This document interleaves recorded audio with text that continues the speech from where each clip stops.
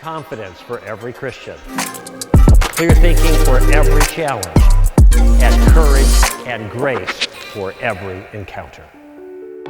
I talk a lot about having a tactical game plan in place that will allow you to go forward and engage somebody in a productive way for Christ without taking a lot of risk on yourself. I've talked in the past about the importance of not worrying about the harvest, but thinking more about the gardening, because if we garden effectively, then the harvest will take care of itself. Plus, the idea of trying to win someone to Christ and get them to sign on the dotted line is a little daunting for a lot of people, so they sit on the bench instead of getting out into the field. And so I want to suggest a means by which you can do that. Okay, what's the first step of the game plan? The first step of the game plan is to simply gather information.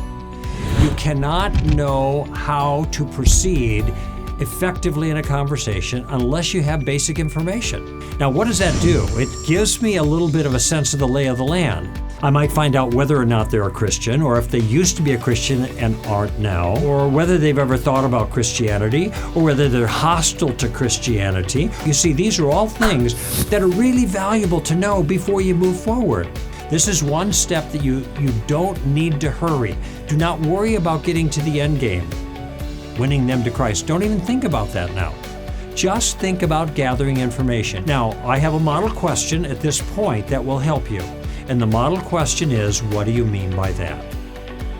What do you mean by that? It's a model question. That means you can use it in different ways, under different circumstances with different people. Now, this is especially helpful when people are raising objections against Christianity or offering challenges. And there are all kinds of challenges that require more information. And so when somebody says, well, everything's relative, and you ask, what do you mean by relative? Or they say, I believe in evolution, and you ask, what do you mean by evolution? Or they say, well, I believe the Bible is filled with errors, or the Bible has been changed, or that Jesus never lived, or that he lived but he wasn't a miracle worker, etc., etc., etc. It is always in your favor to ask more questions. You don't have to answer that objection. Not at this point. All you have to do is get more information. And the more information you get, the better.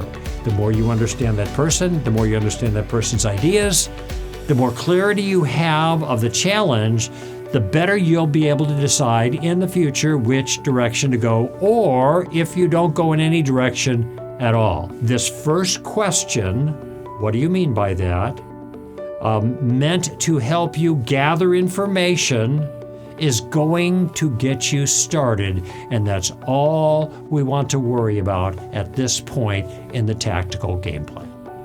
At Stand to Reason, we help Christians have the courage and the grace to share their worldview with others. If you want to see more videos like this one, go ahead, click the subscribe button.